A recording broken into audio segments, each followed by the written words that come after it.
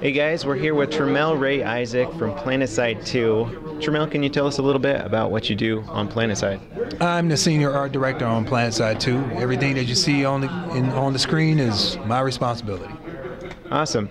I was talking to some of the other devs, and they have a lot of cool things to say about you. Like, there's a rumor that you worked on one of the original Duke Nukem games. Is that true? Not the original, the last Duke Nukem game that just came out, Duke Nukem Forever.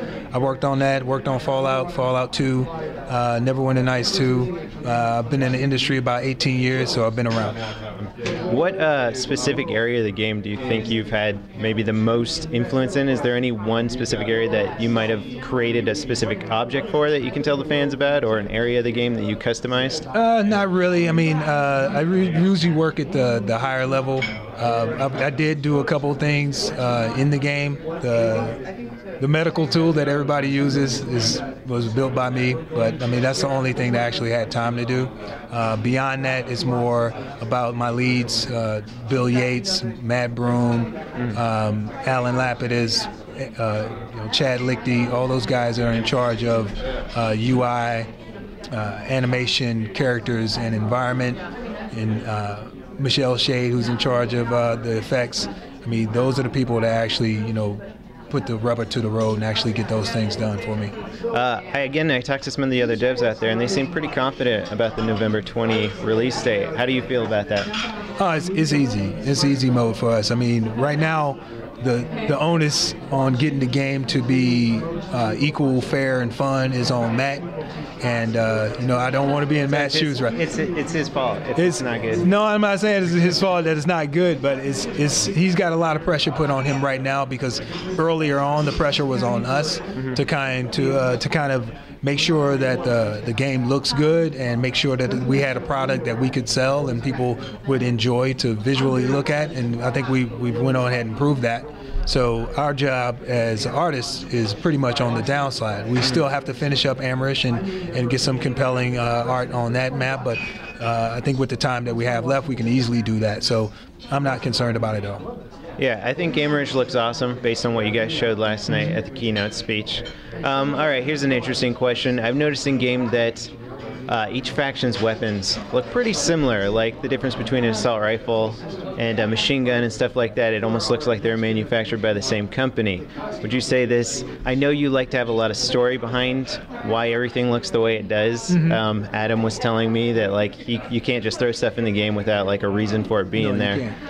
Would you say that the weapons all looking similar are because they're all manufactured by the same guys and perhaps there isn't a free market in the future of Planetside? No, I would actually disagree. I think that the TR weapons look completely different from the NC weapons, and obviously the VS weapons. I meant like within each faction. I'm thinking because like say. Are you talking about the common pool? So stuff? like think like the U.S. Army has like German weapons. We have U.S. made weapons. We have Israeli weapons. Like. The NC look like they get all their guns from the same guys.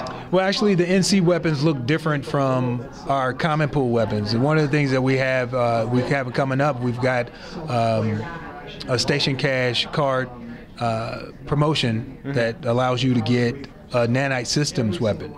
And once you see the Nanite Systems weapon, you compare that to the NC weapons, you'll notice that they're different. The NC weapons don't look anything like the TR weapons. So the TR weapons are supposedly made by the TR. The NC weapons are made by the NC. And everything in between, like the Sunderer, the Flash, the buggy that you saw last night was made by Nanite Systems. All the weapons that are attached to the vehicles are made by Nanite Systems. Nanite Systems is our Stark Industries of the game. Gotcha. And they create all the weapons they that sell are to everybody. Yeah, they sell to anybody. Their motto is peace at any cost, and they'll make any weapon for anybody. So when you see those weapons that are all looking the same, they're most likely a Nanite Systems variation of something else. So regardless of who wins the war, they're going to end up on top pretty much. Ultimately, we'll probably have like some kind of story that goes along with Nanite Systems and tells, introduces some kind of situation where they become more powerful than the other empires, and that's to be in the future. So we'll see what happens then. That's awesome. All right, it's been said that the Vanu Maxes look like giant mechanical fairies. Do you have any comment on that? Fairies. Who said that? Smed? It might have been me. It might have been me. Well, I'm sorry you think that, but the bottom line is you'll probably get smashed by them a lot. That's why you're concerned. I know. I play Vanu. I'm just self-conscious is all when I'm playing the Max. Don't worry about it, dude. I don't worry about that, because for anybody to have strong feelings about any particular thing in the game, it means they either love it or hate it. But the bottom line is, the thing with love and hate, the only way you can hate something is for you to have some kind of feelings for it. Therefore, at the end of the day, my job is done, because I've already instilled in you like some kind of emotional response. Yeah. You either hate it or you love it. So in order for a piece of art to affect you in that manner, my job is done. So the same way that the NC don't like the Vanu, and same way the TR don't like the NC, those are all the things that are basically incorporated in their visuals. Mm-hmm. You know, people have like some kind of emotional response to that, and that's great.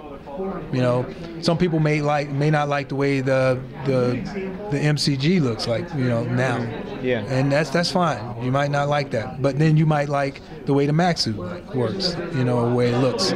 Some people might not, on the NC, might not like the way the NC Max looks, but then again, you know, the other people that say, oh, that's the most awesomest thing on the planet. So, you know, you got to gauge these things. Like, you know, we look on the forums, we see what people are saying, but we don't want to, I personally don't want to cater to the loud minority, as opposed to gathering all the information from everybody and catering to the majority of people who actually enjoy and like the look of the Max suit. Mm-hmm. I think you guys have done a great job with actually paying attention to possibly the quieter majority and ignoring maybe some of the bad suggestions from the loud minority out there. One last question for you. Why Vanu? Why? I explained this in a couple of interviews like about a month ago. The Vanu, when I originally worked on the original Planetside, the Vanu were the only faction that didn't exist. You know, so I came in, the Terran Republic was kind of fleshed out, the NC were fleshed out. There were still some weapons and some vehicles that didn't exist on those factions, and I had a hand in creating those, but the Vanu didn't exist at all. And that was the very first faction that I had the ability to actually get my hands dirty in and work those from the ground up. So, you know, from here on out, from the inception to the death of me, I'm gonna be Vanu. That's it. Awesome. Well, thanks a lot, man. Thanks for answering all these questions. Thanks for coming out, and I appreciate you making all your nice videos. I think people are learning a lot from those. Continue to make those. We'll continue to make it a high game for you to work your magic on. And if you ever need any help, let us know. Will do, man. Sounds good. Thanks.